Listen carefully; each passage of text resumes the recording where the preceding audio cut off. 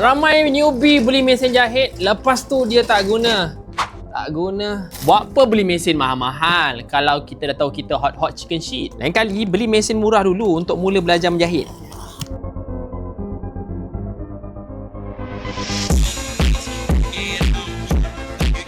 Kalau mesin industri hanya boleh jet lurus je. Tapi kalau mesin kecil portable macam ini, dia ada 14 jenis mata jahitan. Macam mana kita nak guna mesin ni? Cocok wire dekat dalam ni, tarik tiang benang.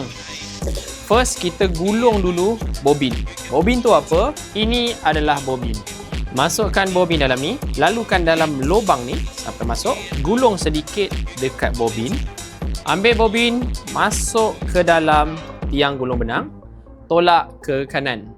Put your hands up dan tengok kaki saya. Benang sedang digulung. Mesin ni bawa kedai. Masukkan bobin. Tarik penutup bobin. Pastikan benang di sebelah kiri. Masukkan ke dalam lubang bobin. Dekat sini ada laluan. Bila anda tarik, dia dah masuk laluan. Kemudian anda ikut ke arah longkang ini. Hop, putus sebab situ ada pisau. Tutup balik.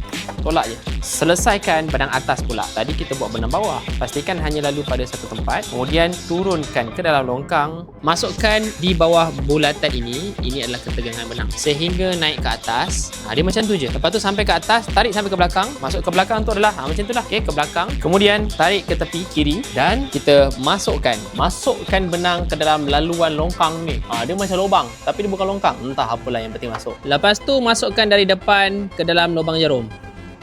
Tutorial ni agak panjang, follow dulu. Menjahit sampai pandai, tak perlu hantar kedai. Banyak boleh jimat